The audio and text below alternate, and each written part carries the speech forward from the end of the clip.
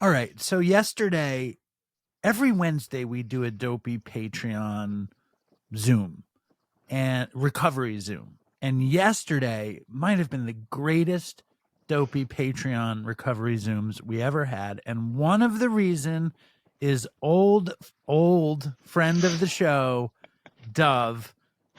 What's going on? Welcome back. Thanks. Yeah, I'm back in Asheville, but I guess yesterday I was talking about, what was going on up in the Northeast when I got out of inpatient treatment. Were Had you a very, fun very ashamed to talk to me because we got you a scholarship to Mountainside that you fucked up a and little. you never turned up again? What can you please catch us up on what happened? Okay, I will admit, I thought that you might be mad at me. Why would for what? I don't know, because it was such an awesome thing that you did to get me there, and then I fucked it up. Literally, you said right as I went, don't fuck it up, and then I fucked it up. Tell You us said how keep your eye on the ball. keep your eye on the ball. Tell us how you fucked it up. Um, Let's see. I mean, there were a few different factors at play. I had a really great experience in inpatient treatment. It's like super safe and stable and structured in there. I was like, this is awesome. I like to be the star pupil of rehab, so I'm like participating in everything and just like super focused. I mean, I did some things that you're not supposed to do, that they tell you that you're not supposed to do, and it turned out exactly how they say it's going to turn out. Just tell us what happened, please. What's wrong with I you? was just I don't want to get too much into the details, but I was talking to guys and I was still getting high off of that. It was like very intoxicating. And I think that I didn't realize when it was going on like quite how intoxicating it was. So when it blew up in my face a couple weeks, after I got out, it was just like coincided with a few other things and I just started like spiraling really quickly, getting really depressed. It was gray, it was dreary, it was like early March in Connecticut, and yeah, Doesn't things, everybody want to be in Connecticut in early March though? Isn't that like God, the thing? No, it's and the I think worst place. I can totally relate. I was intoxicated with romance at Mountainside one time myself. The same exact thing happened to me. I but I just left. I did 28 days. I was intoxicated with romance. Nothing really happened. I think I might have made out with the lady at Mountainside At Mountainside. in like near the labyrinth under a Yeah. tree in a very romantic moment. And then I wound up going home and relapsing, and Hmm. that's not to say Mountainside doesn't offer an amazing continuum of care, but it happens, you know what I Yeah, mean? no, I had a wonderful experience there. I really did. But yeah, I just didn't realize how much it was affecting me until, I felt like I had like a second detox when that all ended, because then I like really had nothing that to like get me high. And like I started some medication there that was like working really well at first, and then it kind of like wasn't working as well when I got out, which was bad timing. I did go to sober living. Like when I went to Mountainside, I packed my bags for sober living. I was like, I'm doing this, like not half an ass in it this time. Like I'm going to do everything they tell me. I'm going to sober living. But when I got there, yeah, it was just I started getting really depressed, and that's when I started crushing up my Wellbutrin. That was like the beginning of my relapse. And you didn't think for a second that crushing up the Wellbutrin was a red flag or a Of course thing. I did. Of course I did. What's the But I, effect? What's the difference between dude, taking Wellbutrin and crushing it up? it just hits you faster. It's like a very short-lived, shitty high. It's like I said yesterday, it's like what people do in prison when they can't get real drugs, which is like why it's so baffling to me that I would do this when I could have gone out and gotten real drugs, but then I would have failed my drug test. So like in my head, I'm in this desperate place where I just desperately want to get high. I also desperately want to stay clean, and I can't fail my drug test. So my solution to that was to, misuse medication that I was prescribed. So I was like crushing it up at this sober living. They have you fill up your med box once a week. So, and a staff member is there while you're doing it. But she's like, turning around and like talking to someone else. And while she's doing this, I'm like slipping extra pills into my pocket. And then, so I'm like adding on to the dose that I'm already prescribed. And of course I knew deep down that this was not right, but I could somehow like rationalize in my head that this isn't a relapse. I'm not going to fail my drug test. This is a medication I'm prescribed. So like I can just quietly do this and, you know, no one will know. But yeah, obviously that was the beginning of things starting to go downhill. What's the effects of Wellbutrin? Is it speedy? A little Yeah, it's speedy? speedy. It's speedy. So then what happens? So then I, you know, moved from phase 1 into phase 2. It's sober living. So I'm allowed to drive by myself. I'm allowed to do overnights. So I decided to go home to upstate New York for the weekend. And I knew when I had like moved a bunch of my shit from North Carolina that somewhere tucked in my shit was a supply of this drug called modafinil, which is like a shittier Adderall. It's like a stimulant. And I've been buying it for like the last decade for when I couldn't get amphetamines.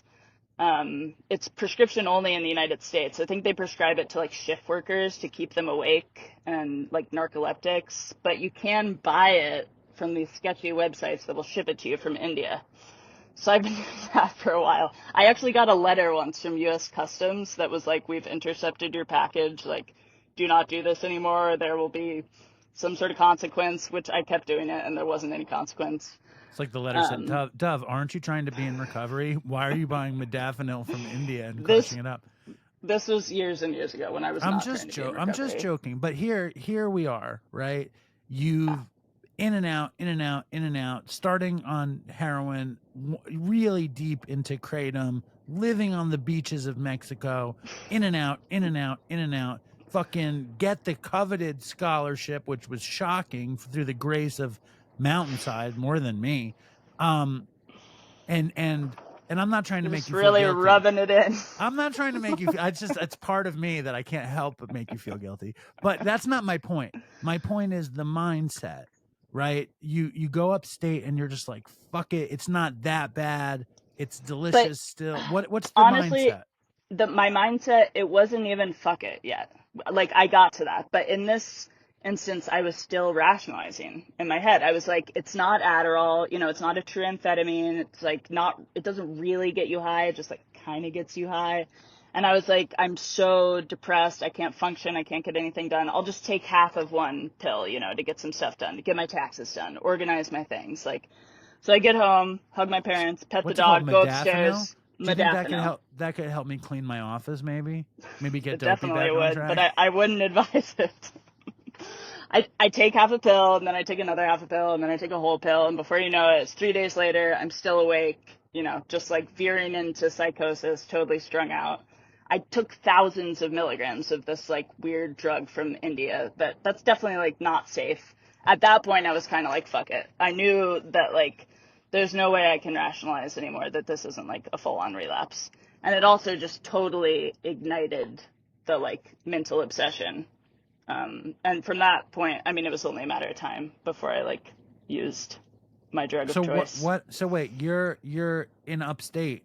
Do you go Yeah. back to Connecticut at that point? Yeah. So I go back to sober living, and I'm just miserable for like a week and a half. Just like can't stop thinking about using. Like people say that shit about how like a craving lasts like 17 minutes or whatever. Like that is such bullshit. Like my cravings last days, weeks, you know, and I just couldn't stop thinking about using. So I did what, you know, another thing that everyone tells you not to do. And I went and met up with my friend Chris at a motel in Great Barrington, actually, which is funny.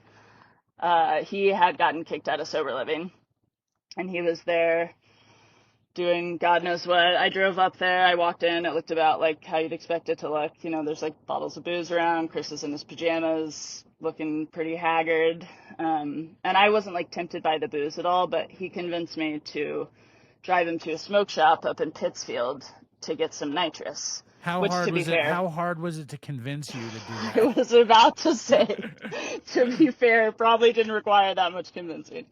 Because, like, yeah, nitrous doesn't show up on drug tests. It's a really common thing for people to relapse on when they're in sober living. I have a So, question. You yeah. go back to sober living from upstate, and you're talking about this kind of prolonged craving. Is the recovery journey kind of out the window for you at that moment? It's like that's the hardest thing. I remember I lived in sober living in Florida, right in Delray, and I was I wanted to be all in on recovery, but I also really wanted to get back to smoking weed. And I went to a 7-Eleven in Delray Beach, and there was some hippie in front of me online. And I was just like, I don't know what I said. I just said, "Where's the bud at?" or something. And he Yeah. directed me to some pink house in Delray. And then I just started smoking weed, living in sober living. And my roommate ratted me out because I left a nugget sitting on my nightstand. And Stoners. my roommate ratted me out, and I was friends with him, Donnie. I wonder what happened to him. Mm, He ratted me out, and I got kicked out of sober living, and then they let me back in, but I was never in recovery there again. It was done. right. Like, my recovery journey was finished. When you come home after your modafinil fucking extended weekend of taxes and cleaning, are you interested in your recovery at all? I mean, I still am. I mean, I feel like over the last few years since I've been in and out, there has never been a moment where I wasn't like desperate to be clean. But there's just like a moment where I'm so miserable that the desperation just to feel better outweighs the desperation to be clean. You know what I mean? Like, more than anything, I'm just desperate to feel okay in my own skin. And there's only so long I can like sit in it before I convince myself that a drug is the only thing that's going to make me feel okay. Like, I can't take this anymore. But, I'm still like trying to convince myself that, things are going to be okay. I'm going to be able to stop. I'm going to be able to use just once. I'm going to, whatever it is, that is never the case. I knew I was in trouble at this point because I was doing shit that I wasn't telling my sponsor about, and I wasn't telling anyone about because I knew that it was fucked up, and I You knew that weren't they would. telling your sponsor about this Indian business, No, right? of course not. Of course not. I mean, I'm going to say something really annoying really quickly. Last Okay. week, we had this guy on the show who burnt off his foot and the bottom part of his leg while on fentanyl. And now he has a prosthetic leg. And Fuck. At the end of the interview, I started pushing AA on him, like, like 12 stepping him basically. Yeah. which I'm sort of known to do, but I'm also not really known to do. And I got a bunch of people complaining about it. And when you're talking about the nature of a craving or how long a craving lasts, my 12 steppiness kind of kicks in. And I'm like, well, how long would a craving last if you're, I mean, I heard, you want to hear the newest fucking cliche that I heard that I'm just Yeah, let's hear totally it. like invested Hit me in? with it. There is no problem that doesn't have a spiritual solution.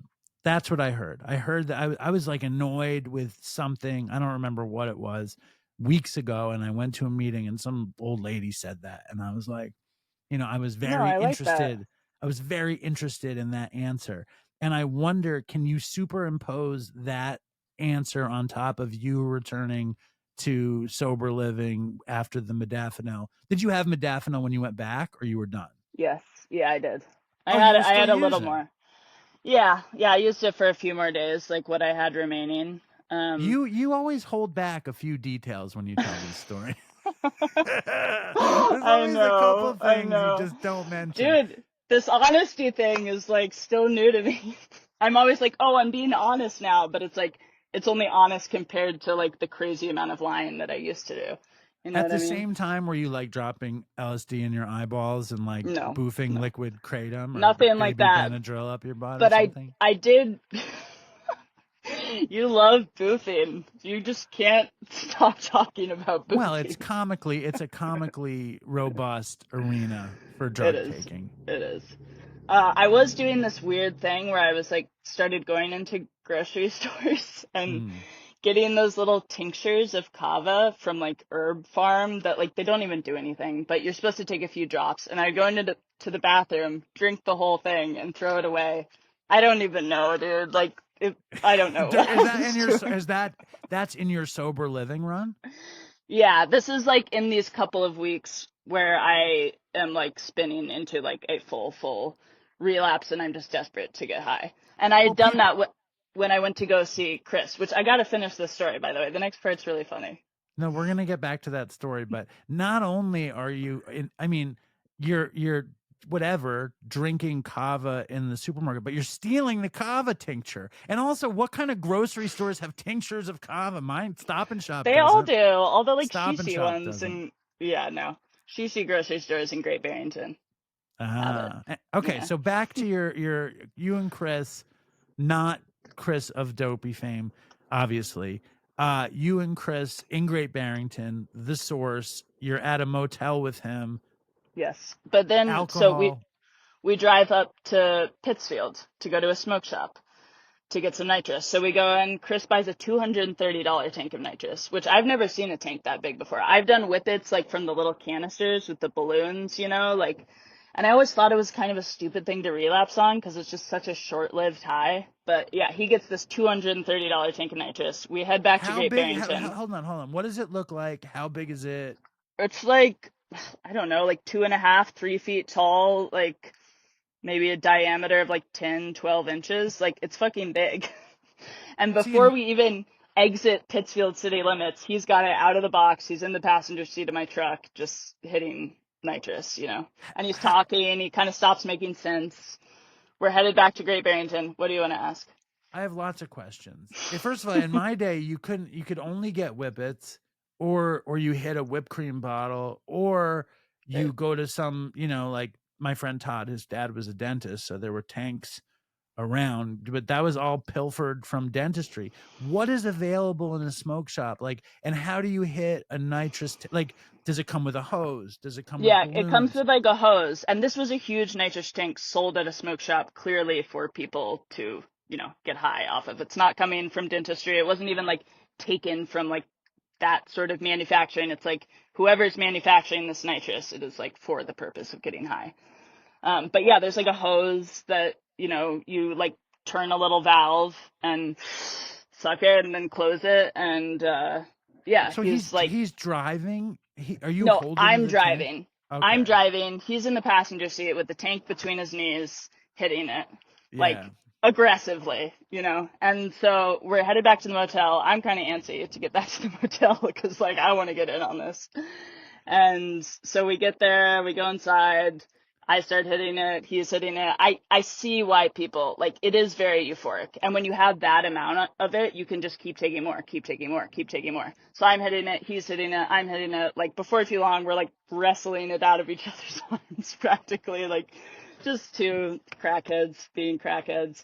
And I have to get back to sober living by 6 p.m. for like our group dinner. But I'm just like putting it off because I want one more hit, one more hit, one more hit. I guess that's why they call it hippie crack. And then it gets to the point And where you it's say like you're down. not a you say you're not a hippie I too. know I said that for you because I know you like to tease me about that. Well, you're stealing tinctures of kava in the shishi hippie grocery Okay, stores. You're I fucking know. See, this is why I don't say things I'm embarrassed of because then you throw them back at me and make me even more embarrassed. I just think you should reevaluate yourself as a hippie. That's all. But continue, please. That was like, I think I got 5 messages after you were on Dopey last time. Someone needs Mm. to let Dove know she's a hippie. So that's my job. All right, all right. Yeah, I'll think about Take it. it under advisement. Yeah. I'll take it under advisement. Um, so yeah, it gets down to the wire. I have to get back to sober living by 6 p.m. So I leave and start driving down the road. Now Chris has left the big cardboard box that this tank came in my truck. It has like an image of the tank on the outside. Pretty sure it says like NO2. And Is there he a didn't want brand to name? Is there a brand name on the tank? probably, but I don't remember what it Is was. it But called Hippie Crack? That would be awesome if they you branded the should start nitrous. one. Yeah, I'm thinking about it. I'm thinking it's a about just good seeing business idea. if they sell it in town. Maybe Dopey Hippie Crack. That could be a There you big go. dopey product. It's not a relapse nitrous. Anyway, keep going. It's perfect.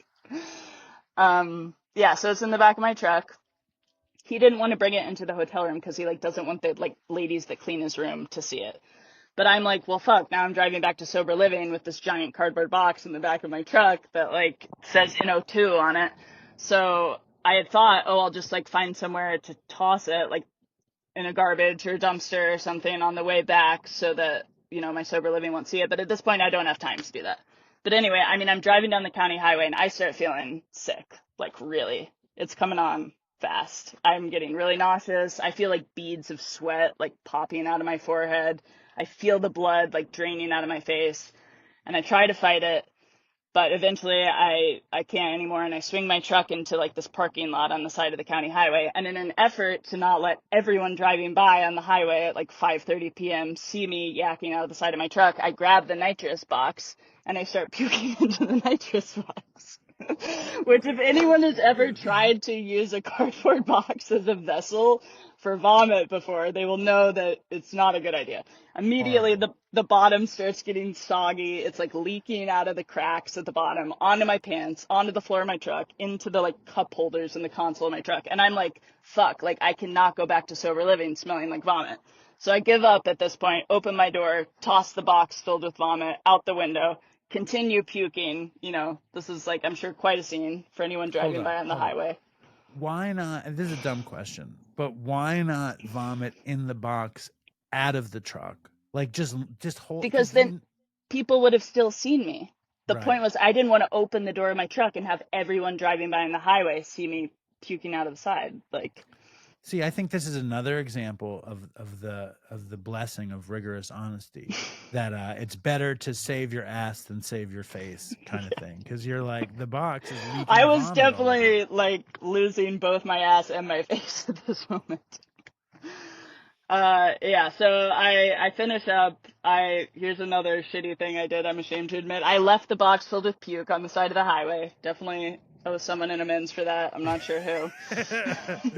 That's the least of it. And of all this stuff, that's the least thing you should feel shitty about. But keep going, please. So then I hightail it back to sober living. At this point, I'm gonna be a tiny bit late. So I get there. There's like a staff member like waiting at the door. I'm like 1 minute late, but I'm never late for anything. So like I feel like they kind of knew something was up. So I walk in. I'm sure I looked haggard as fuck. I'm like white as a sheet. They tell me that my lips look purple. I like try and play it off as food poisoning. Don't know if they bought it or not. But I went and like didn't go to dinner, laid down. And when I wake up in the morning, I'm just feel like dog shit. I'm like, this is not good. Like, this is a full on relapse. I'm lying to everyone. Like, I'm fucked. So I just drive to the smoke shop and I buy one of those extract shots. Um, and even in this moment, though, I will say they had just drug tested us on Friday. So I was like, maybe I can just take one and then I'll just like drink a lot of water for the week. And they won't drug test us again since they just did it. So like, maybe I can get this out of my system. But, But I you're take one saying in the you're not. morning. You didn't buy an extract shot of kratom of kava. You bought an extract shot of kratom. Yeah, which will show up on a drug test because they test for that. And then, Now, so I have a question though. I have a yeah, question. You've done like every drug in the world. You're in full blown relapse in sober living, and you go for kratom. Why? I think, well, I mean, first of all, it would have been difficult for me to find like a hard drug in this rural town in Connecticut where I don't know anyone. And like the smoke shop is like less than a mile from the house that I'm living in. And like it's just the most convenient option at that point, I think. And how hard? And I've never done kratom, so how hard does it hit you? Like, is it basically hard drugs in reality? Dude, those shots to me feel like taking Percocet. I mean, yeah, it's very strong. It's like the shots are like on a different level than the powder. I mean, the powder gets you high too, but the shots are just like, yeah, they're really strong. It feels like a regular opiate to me. So yeah, I take one in the morning and I think that that's going to be the only one. Then I'm back in the afternoon to buy two more. Then I'm back in the evening to buy another one. At this point, I've spent almost $100 like in a single day. And I kind of know I'm fucked because there's no way I'm getting this out of my system within like 5 days. And anyway, then I get back to the house that night and they're like, oh, they're doing a surprise drug test tonight. So Oh my I'm like, god. oh God, I'm so fucked. So I piss in the cup. I like don't know what I'm gonna do. That night I fall asleep and I like dream about getting kicked out of the house and dream about getting in trouble and like have all these terrible anxiety dreams.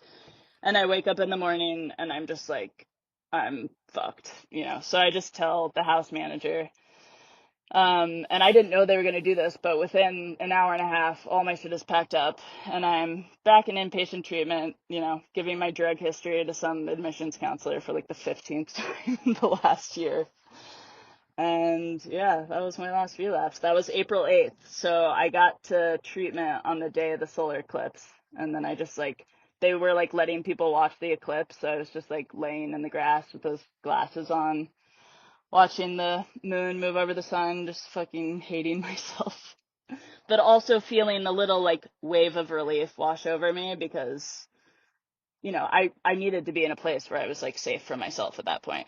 Things were just spiraling and I could have never, like, I can only be dishonest for so long is what I've learned over with like all these relapses over the last year and a half. And like eventually, I would have told my sponsor and I would have told the house and like I can't just like pretend that that stuff didn't happen anymore the way that I used to.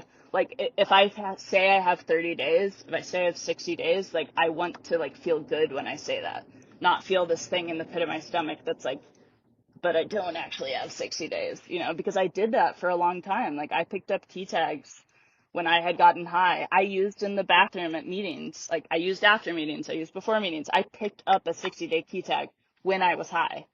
Like, and I can't like do that anymore. I mean, is part of the problem.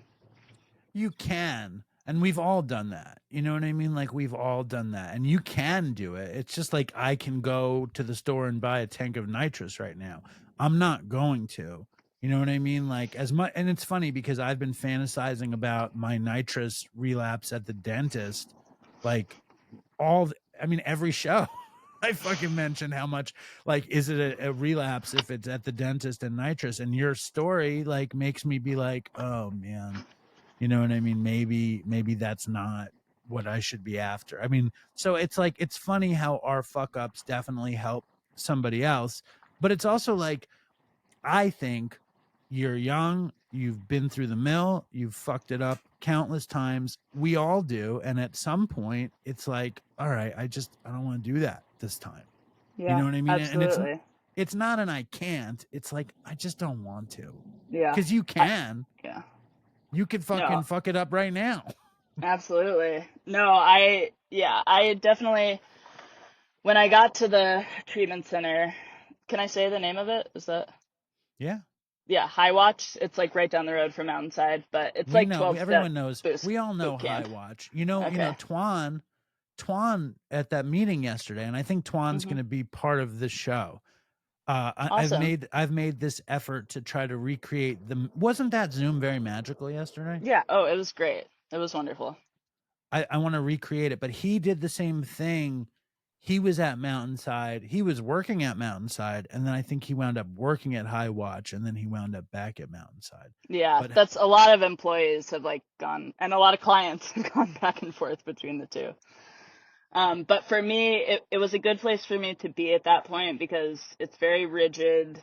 There's a lot of rules. It's definitely like a one size fits all type of place, and that size is the 12 steps. So like if you're not a 12-step person, it wouldn't be a great place for you. But like for me, and you'll probably love this, but I had like been going to meetings for a really long time, but I hadn't really been doing step work. I'd worked step one. I was like on step two, and I was kind of like, yeah, I'm thinking about step two, for like months and months and months, but I wasn't like sitting down and like really, I'm doing it in the Narcotics Anonymous like flat book. So I wasn't sitting down and answering the questions. And at High Watch, they set you up with a step coach. So I was there. I was desperate. I had nothing to do. You can't talk to guys there. There was nothing for me to do except work on the steps. So I just like threw myself into it, and it it really helped, especially when I got to step three.